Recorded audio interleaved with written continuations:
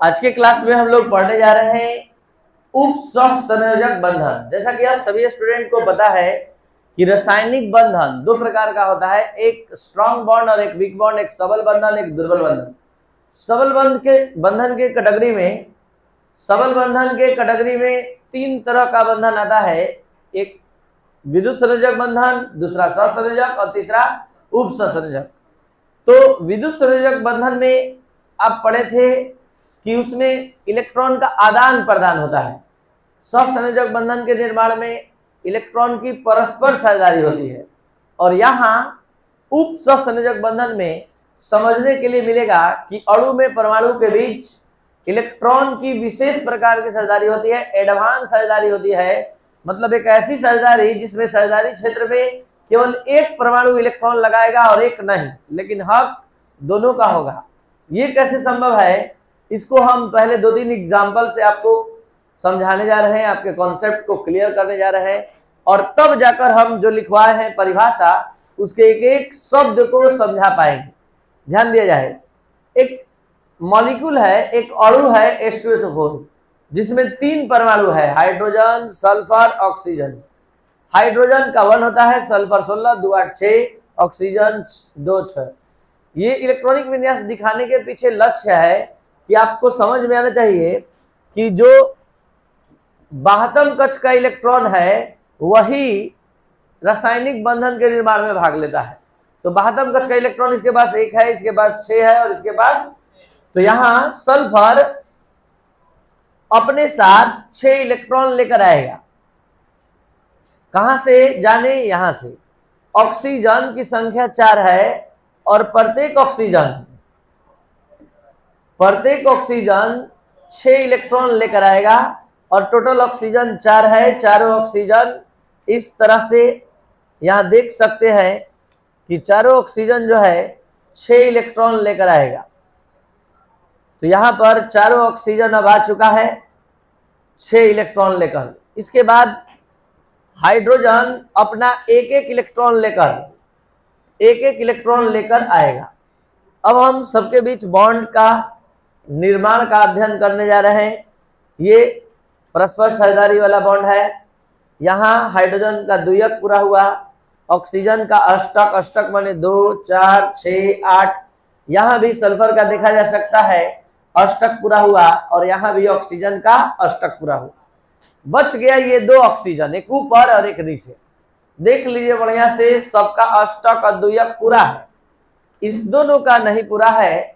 तो इस दोनों का एक विशेष प्रकार की साझेदारी से पूरा होने जा रहा है, जिसमें एक परमाणु इलेक्ट्रॉन लगाएगा और एक नहीं। विशेष प्रकार की साझेदारी क्या होता है, देखिए ये परस्पर साझेदारी है जिसमें दोनों बराबर इलेक्ट्रॉन लगाया, बराबर लगाया। लेकिन यहाँ पर एक विशेष प्रकार की साझेदारी है कि यहाँ एक परमाणु साझेदारी क्षेत्र में इलेक्ट्रॉन लगाएगा और एक नहीं। एक जोड़ा इलेक्ट्रॉन इसने इसको प्रदान किया और इसने इसको, और इस तरह से 6 और 2 8, यानी ये तीर खींचते ही इस इलेक्ट्रॉन का गिनती अब इसके लिए भी होगा। लेकिन वास्तव में इलेक्ट्रॉन किसका है, सल्फर का। लेकिन अब हक गिनती दोनों के लिए होगा, दोनों के लिए अब किया जाएगा। तो इस प्रकार आप समझ रहे हैं कि साझेदारी यहाँ भी हुआ है, यहाँ भी। दोनों साझेदारी में अंतर है कि यहाँ परस्पर साझेदारी है, दोनों बराबर इलेक्ट्रॉन लगाया है, लेकिन इस साझेदारी क्षेत्र में केवल सल्फर इलेक्ट्रॉन लगाया, ऑक्सीजन नहीं। तो यहाँ इस साझेदारी को हम नाम दिए हैं विशेष प्रकार की साझेदारी, जिसमें एक परमाणु द्वारा इलेक्ट्रॉन युग्म प्रदान किए जाते हैं। अब सबके बीच बॉन्ड का अध्ययन कीजिए। बॉन्ड का अध्ययन करने पता चल रहा है कि H और O के बीच सिंगल बॉन्ड, O और S के बीच सिंगल बॉन्ड, यहां भी सिंगल बॉन्ड।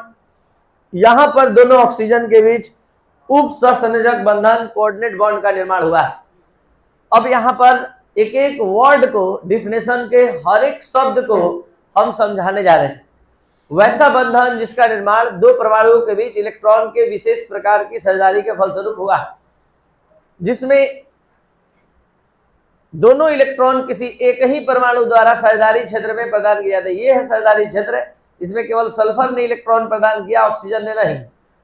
तो इस प्रकार के बंधन को कहते हैं उप सहसंयोजक बंधन।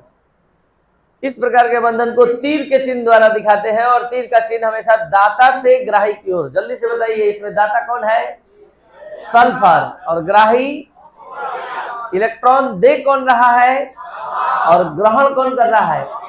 तो तीर का चिन्ह दाता से ग्राही की ओर, देने वाले से लेने वाले की ओर।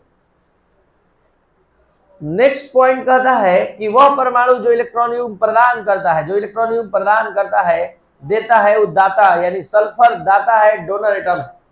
और वह परमाणु जो इलेक्ट्रॉन युग्म ग्रहण करता है, ग्राही परमाणु कहलाता है, एक्सेप्टर एटम कहलाता है। तो यहाँ एक्सेप्टर एटम ऑक्सीजन है और डोनर एटम सल्फर, दाता परमाणु सल्फर और ग्राही परमाणु।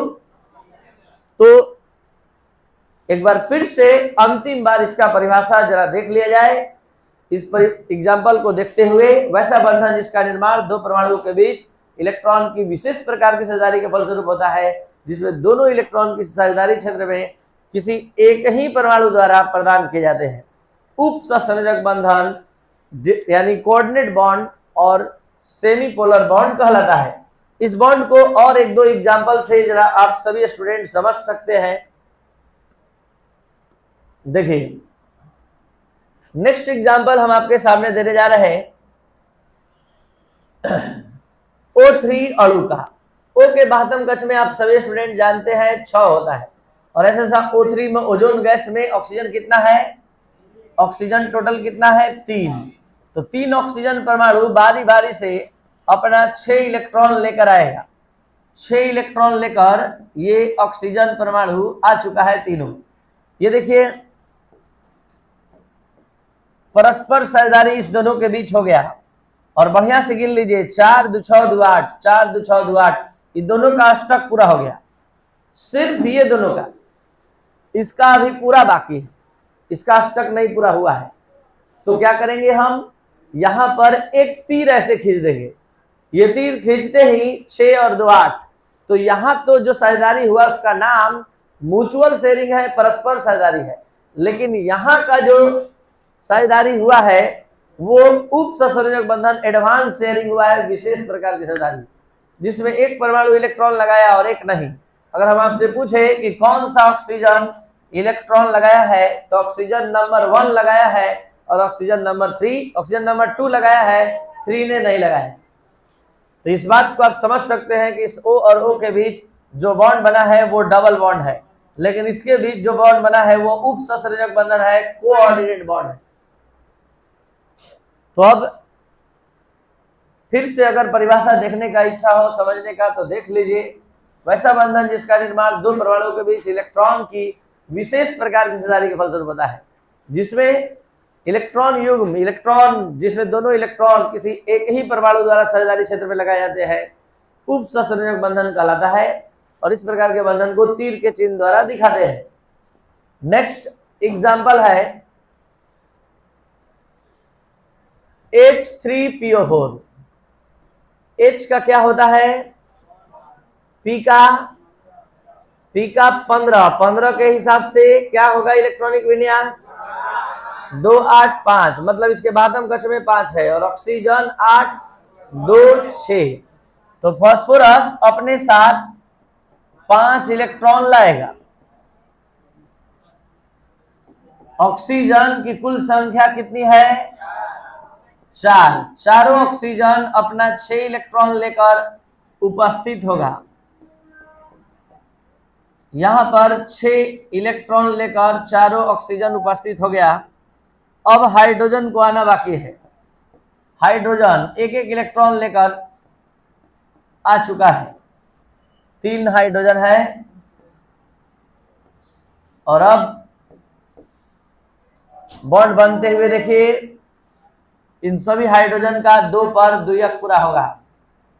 ऑक्सीजन का अष्टक, सभी ऑक्सीजन का अष्टक गिन लीजिए, अष्टक पूरा हो गया। इस फास्फोरस का भी, इस फास्फोरस का अष्टक कंप्लीट। और अब इस ऑक्सीजन का कोऑर्डिनेट बॉन्ड के माध्यम से पूरा होगा, क्योंकि अगर 2 इलेक्ट्रॉन लेकर आता है तो अपना तो पूरा कर लेगा, लेकिन इसका अष्टक भंग कर देगा।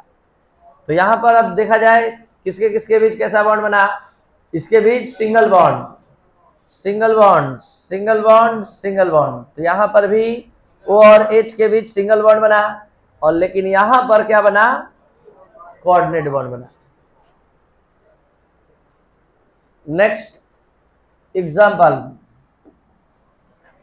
Example number 4, NH4 plus. NH4 plus में N का साथ 2 5, हाइड्रोजन 1। बताइए तो H और H प्लस में क्या अंतर है? H के पास कुल कितने इलेक्ट्रॉन है, और H प्लस के पास एक भी नहीं, 0। इसको जब भी इलेक्ट्रॉन चाहिए तो केवल एक चाहिए, हीलियम के बराबर पूरा कर लेगा, लेकिन इसको जब चाहिए तो 2 चाहिए। तो ध्यान दीजिएगा, H और H प्लस में अंतर है कि इसमें एक इलेक्ट्रॉन है, इसमें एक भी नहीं है, और इसको हमेशा अपना स्थायित्व प्राप्त करने के लिए एक इलेक्ट्रॉन चाहिए और इसका 2। तो शुरू हो रहा है NH4 प्लस का निर्माण। N के बादम कक्ष में कुल कितना इलेक्ट्रॉन है, तो यहां देखा जा सकता है N का टोटल 5 इलेक्ट्रॉन, 5 इलेक्ट्रॉन। हाइड्रोजन जब भी आएगा 1 इलेक्ट्रॉन लेकर आएगा, 1 इलेक्ट्रॉन लेकर आ गया, और इस पूरे आयन में एक हाइड्रोजन आयन है। तो यहां पर इन सभी का द्वियक पूरा हो गया।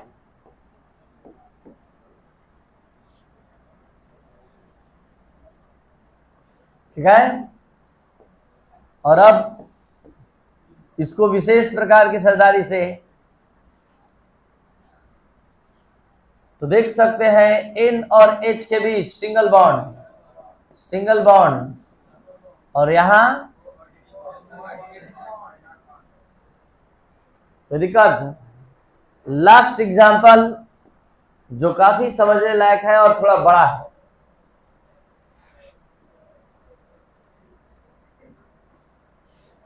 एल्युमिनियम का परमाणु संख्या 13 के अनुसार इलेक्ट्रॉनिक विन्यास, क्लोरीन इलेक्ट्रॉनिक विन्यास 287।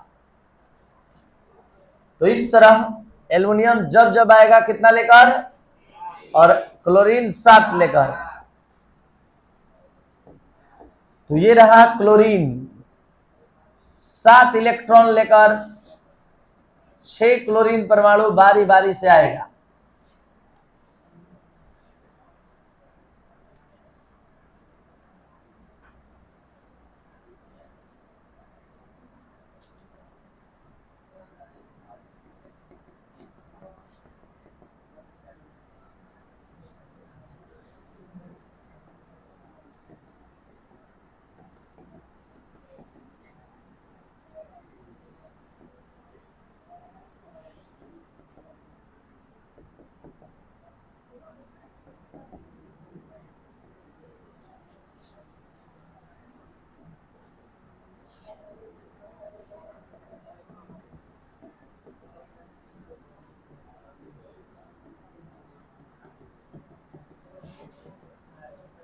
और ये रहा 2 एल्युमिनियम एटम,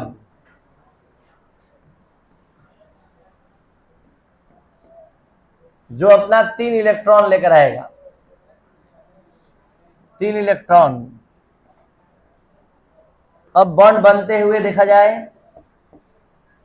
देखिए इसका स्टक कंप्लीट, इसका भी, इस क्लोरीन का भी कंप्लीट हो गया, इस क्लोरीन का भी कंप्लीट, इसका भी कंप्लीट, और इस क्लोरीन का भी कंप्लीट हो गया। दिक्कत एल्युमिनियम के साथ है। एल्युमिनियम का कितना हो रहा है, 2 4 6, और यहां भी 2 4 6। यहां एक एक कोऑर्डिनेट बॉन्ड का निर्माण होगा, एक एक उप सहसंयोजक बंधन का निर्माण होगा। ये एक एक उप सहसंयोजक बंधन इसके द्वारा और यहां इसके द्वारा किया जाएगा, और इस तरह से अष्टक कंप्लीट। तो जल्दी से बताइए, क्लोरीन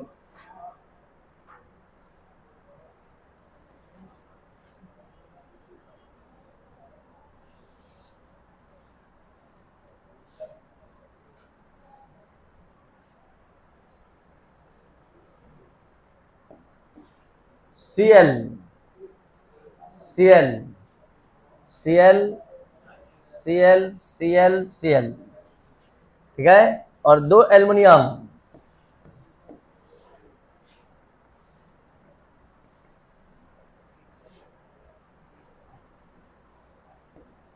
इस तीनों के साथ एकल बंधन, इस तीनों के साथ सिंगल बॉन्ड, और इसके साथ कोऑर्डिनेट बॉन्ड, उप सहसंयोजक बंधन। तो इस तरह से आप सभी स्टूडेंट उप सहसंयोजक बंधन का विचार समझ सकते हैं। वैसा बंधन जिसका निर्माण दो परमाणुओं के बीच इलेक्ट्रॉन के विशेष प्रकार की साझेदारी के फलस्वरूप होता है, लेकिन साझेदारी क्षेत्र में केवल एक ही परमाणु द्वारा इलेक्ट्रॉन प्रदान किए जाते हैं। तो इस प्रकार के बंधन को उप सहसंयोजक बंधन कहते हैं। The bond formed by advance sharing of electron between two atoms, but both electrons are contributed by only one atom into this sharing region is called coordinate covalent bond. It is also called dative bond or semi-polar bond. This type of bond is shown by arrow pointing away from donor atom to acceptor atom. The atom which donates a pair of electron is called donor atom, or the atom which accepts a pair of electron is called acceptor atom. मतलब वह परमाणु जो electron युग्म प्रदान करता है दाता परमाणु, और जो ग्रहण करता है ग्राही परमाणु कहलाता है। और इस प्रकार के बंधन को तीर के चिन्ह द्वारा दिखाते हैं, दाता से ग्राही की ओर। तो ये था आपका आज का क्लास। एडवांस शेयरिंग का कॉन्सेप्ट आपने आज पढ़ा। ये उप सहसंयोजक बंधन आज